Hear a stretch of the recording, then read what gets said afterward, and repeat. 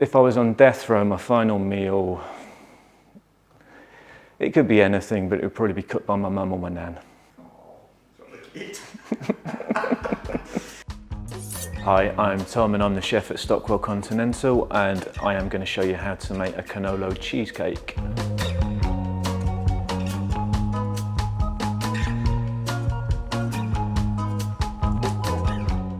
Two popular dishes in most Italian restaurants, in Stockwell definitely, have been cannoli and cheesecake.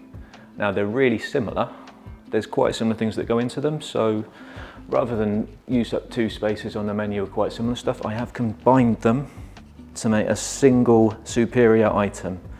It also uses up broken cannoli shells. So I'm going to use these as my base, and I'm going to just chop these up quite small. You can get these from any Italian deli. You can buy them online quite comfortably, or you can use digestive biscuits like with a normal cheesecake, and it's not going to have that major an impact.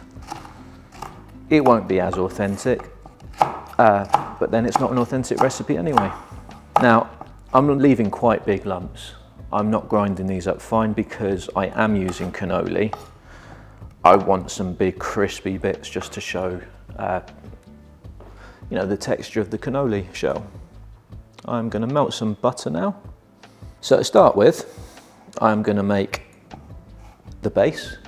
So I've got my broken up cannoli, I've got some chopped pistachios, and I'm going to take just a pinch of sugar.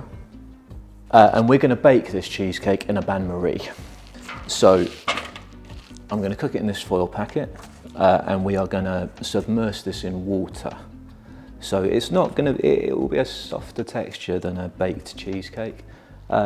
It's not going to take on any colour, but it's just going to give it a really, really nice unctuous texture. A baked cheesecake, if you can do it right, it takes next to no effort, and they are just so much nicer. This takes a lot of time. It's going to take 2 hours in the oven, and it has to sit overnight. If you don't take that time, it will not come out right. So now I am going to put down my base.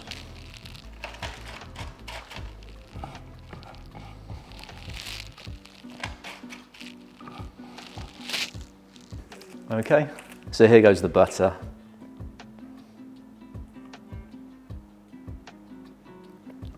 Now I'm going to put that in an oven at 180 for 10 minutes, just so that gets really crispy.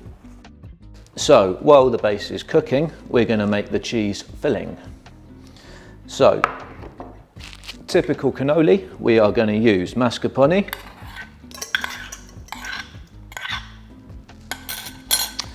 this is sheep ricotta. Sheep ricotta can be a bit tricky to find, but if you use cow ricotta, it's going to be perfectly nice. Sheep ricotta is just a bit more authentic. We are going to whisk this up with some sugar and some flour.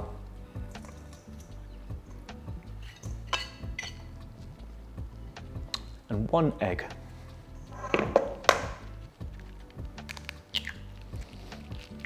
And we don't need to go crazy with this, we just want everything to incorporate.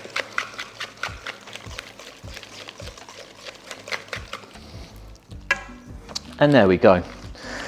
Now, onto the more fun part, we're going to use all of the typical cannoli fillings. So I have got candied orange peel,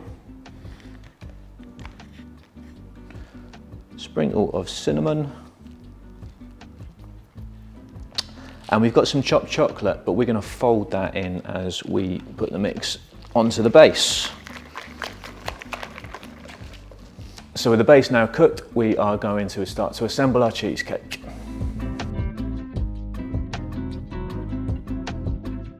What I'm going to do is put down one small layer, then chocolate, then a second layer, and then more chocolate. So here we go. So there's one layer.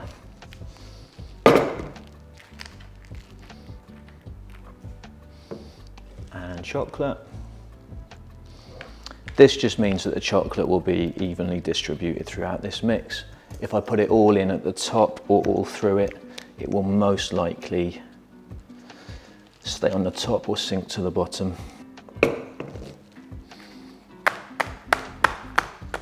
And we'll finish that with the rest of the chocolate. We're going to cook this in a bain-marie. All that means is in an oven with water around the cheese, which is just going to cook it very, very gently. You don't need complicated equipment for this.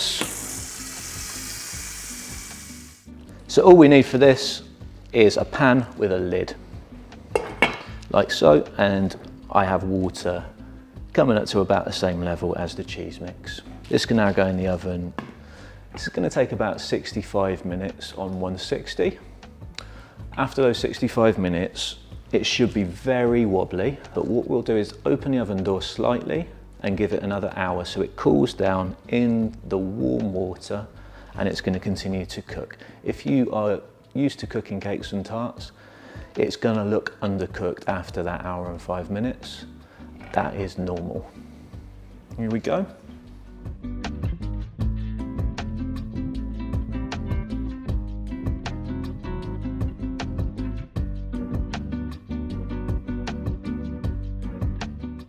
So our cheesecake has cooked for 65 minutes in the bain-marie.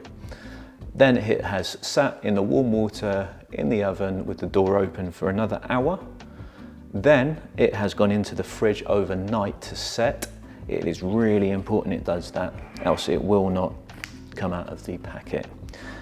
Now it's time to turn it out.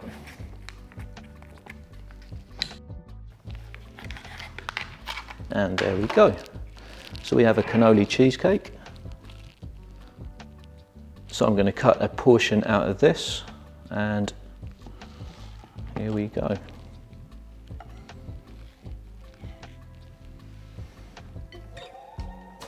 Yum. And that is a cannoli cheesecake. I hope you like this recipe. If you try it, please get in touch. If you don't want to make it yourself, please come to Stockwell Continental and I will make it for you. I like that.